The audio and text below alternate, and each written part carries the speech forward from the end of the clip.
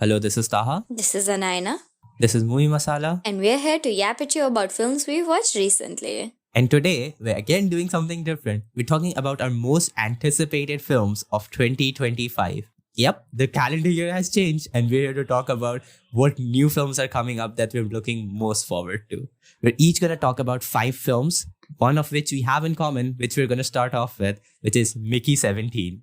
I mean, it's Bong Joon-ho's next film after Parasite. How can it not be on anyone's most anticipated list for this year? The premise just sounds so interesting. And I think it's so interesting that it's classified as a USA Hollywood film, which I'm like, okay, we've gone from Korean international cinema to Hollywood cinema, which isn't a bad thing. Whichever helps you win that Oscar more easily, you know? Exactly. I mean, I remember when we were all so, excited when Parasite won because we were like, finally, a film that isn't, in English or out of Hollywood or something is winning so many awards back to back and not just Best International Feature, which is usually what non-English films are relegated to. So I'm super excited for that one, for the fact that Bong Joon-ho is just such a brilliant director. He has such an insane mind, and the premise also sounds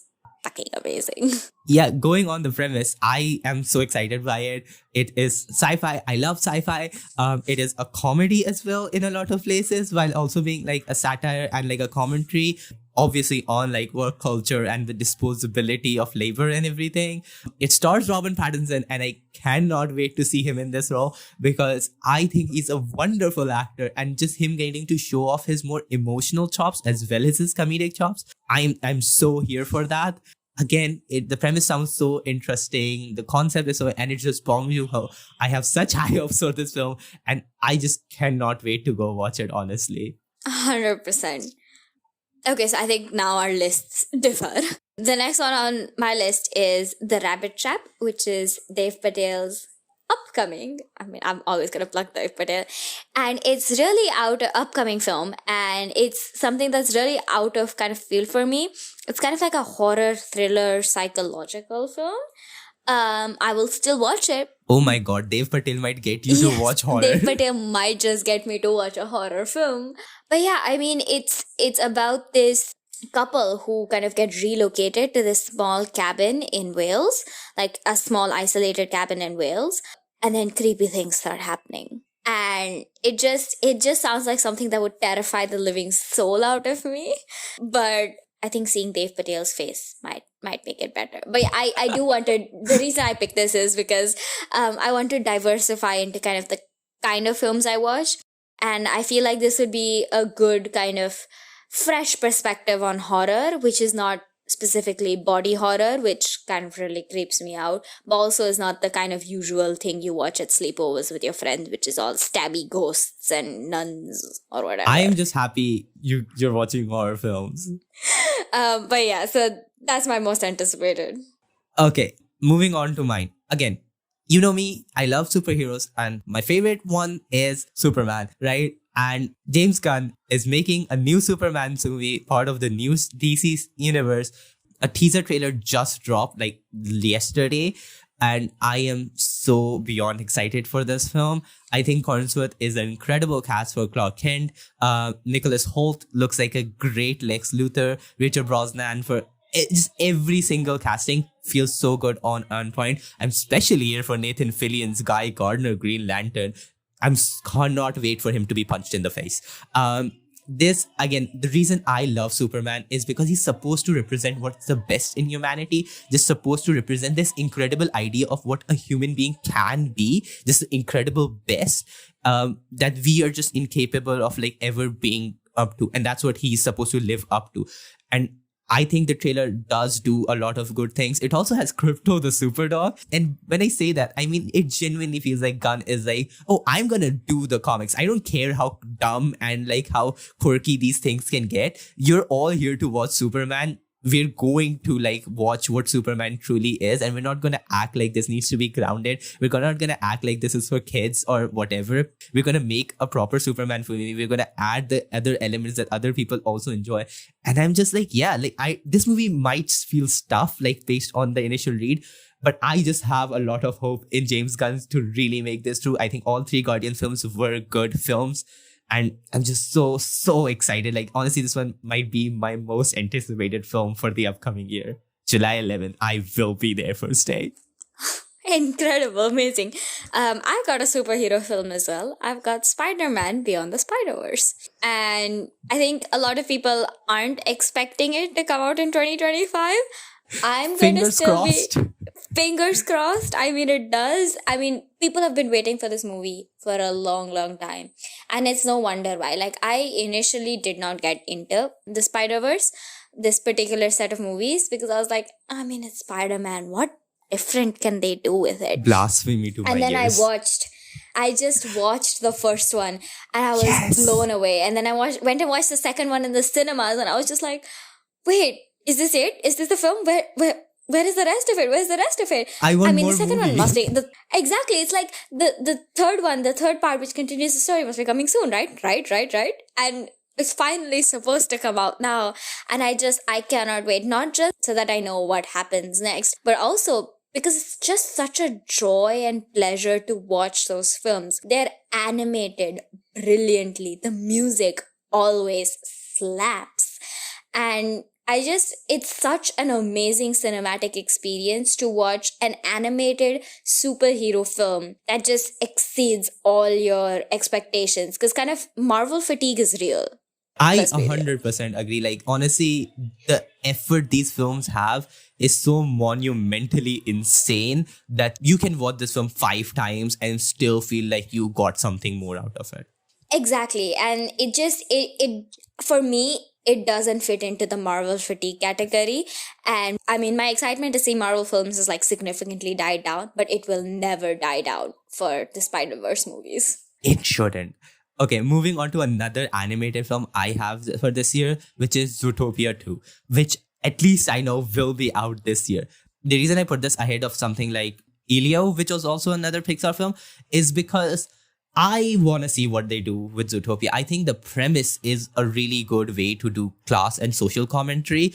And I think the first one did that incredibly well. I think people genuinely just forget the really good commentary it does on a lot of those aspects. But I have some faith in not necessarily Disney as a corporation, but the people who work there to make something good. And that comes specifically after watching Inside Out 2, which I know is a Pixar film and Zootopia isn't. But I just feel like there's enough shared talent there. I just feel like there's a solid premise to build off of. And I am in a very like cautious optimism way, just being like, this has incredible potential if done right. And yeah, I'm just here for that. I'm just like, please make this what it can be. I mean, I know Zootopia ended on a perfect note to start off another story from, which is amazing. And so, I mean, I'm excited to watch it as well. Yeah. And moving on to my next anticipated, it's this British film called Jimpa. And I think it stars Olivia Colman. I'm not too sure about the details, but if it does, excited. I am sat down. But it's about this non-binary child and their mother going to visit their queer grandfather in Amsterdam. Ooh. And I'm just like, where? What? And the mother has to kind of reckon with this non-binary child wanting to stay with their queer grandfather because the mother is just not understanding their particular perspective, or like there is some kind of like familial tension, and it feels ripe for kind of exploration of a whole different kind of story and a whole different kind of like storytelling. And yeah, it just sounds very, very interesting. I was like, non-binary child, kind of difficult relationship with mother, queer grandfather. Okay.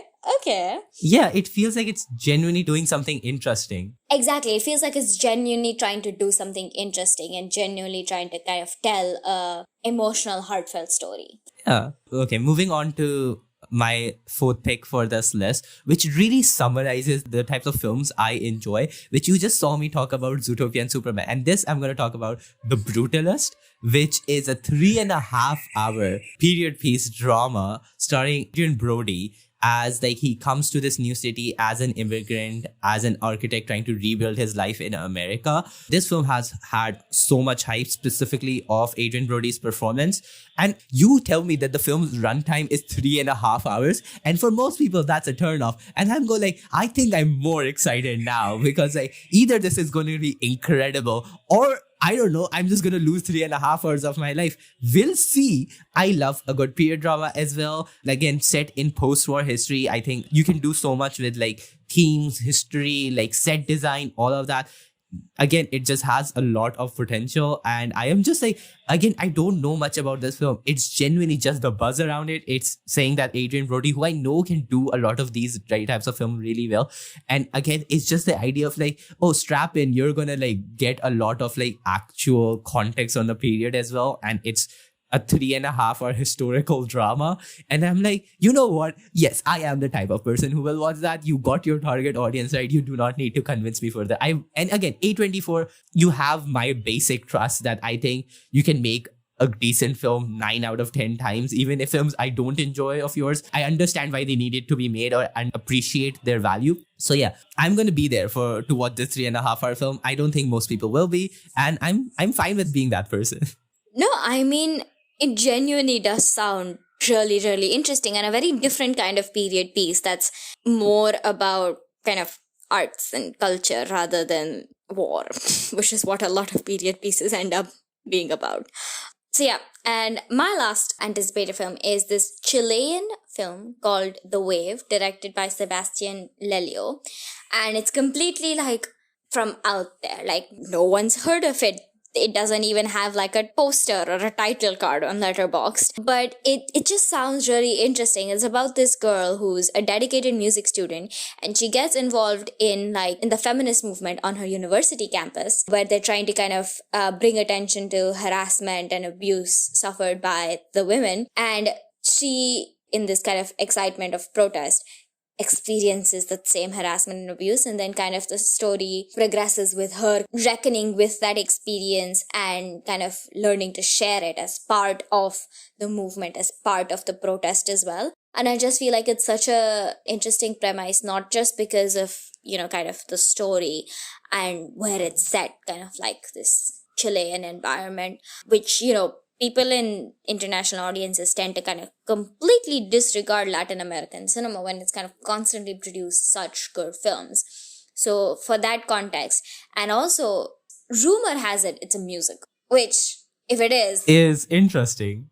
Okay, yeah. And it's also kind of really relevant to kind of university protests, really relevant to kind of the past year we've seen in terms of kind of solidarity and encampments, and how they kind of progress or devolve, or like experiences of people who've been a part of those student movements on campus. So I think, yeah, that's just something I'm really looking forward to. It sounds interesting and full of potential on all aspects. Well, you got me interested, definitely. And speaking of another foreign film, the last one on my list is The Seed of the Sacred Fig. This is an Iranian film as well, made by Mohammad Rasoulof. I hope I'm pronouncing his last name correct. Mohammad Rasoulof. He lives in exile in Europe, which again just makes me more excited for his films. Okay, so this film is about a judge who loses his gun and becomes more and more paranoid within his family and everything. It's set in Tehran amid like political unrest, and it's analyzing the society around the characters through more of a character piece. That's almost all of what I know about this film, and I don't want to know more because it's genuinely gripped me enough that I am here for it. Again, the director has done a lot of similar political thriller films, and again, Iranian cinema has just produced such incredible films, and I feel I have just not watched enough of them. I need to educate myself on more of this, and I hope this does become a gateway into more of this, because again, this looks like an incredible film. The premise is something I'm very interested in. Right now, again, feels very topical with like the current unrest in the Middle East, which seems like such a white way of saying it, but honestly, it's an apt description in some ways based on like how many things are happening. And listen, I know these films like these are like harder to watch. I know they play in small cinemas, but trust me, even foreign language films, subtitles are not that hard to read. Please go watch films like these. You can make a journey out of it.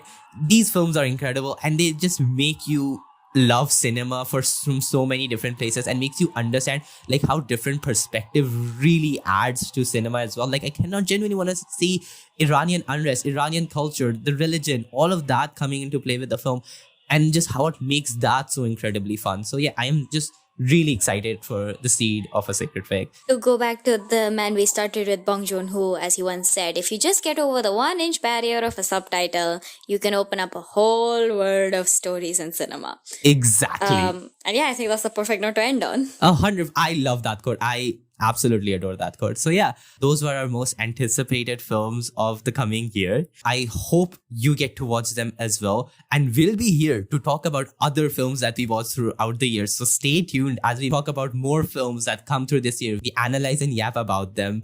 And thank you for tuning into this episode. This podcast is produced solely by us with musical assets from Pixabay. See you again next time. Bye-bye. And a happy new year.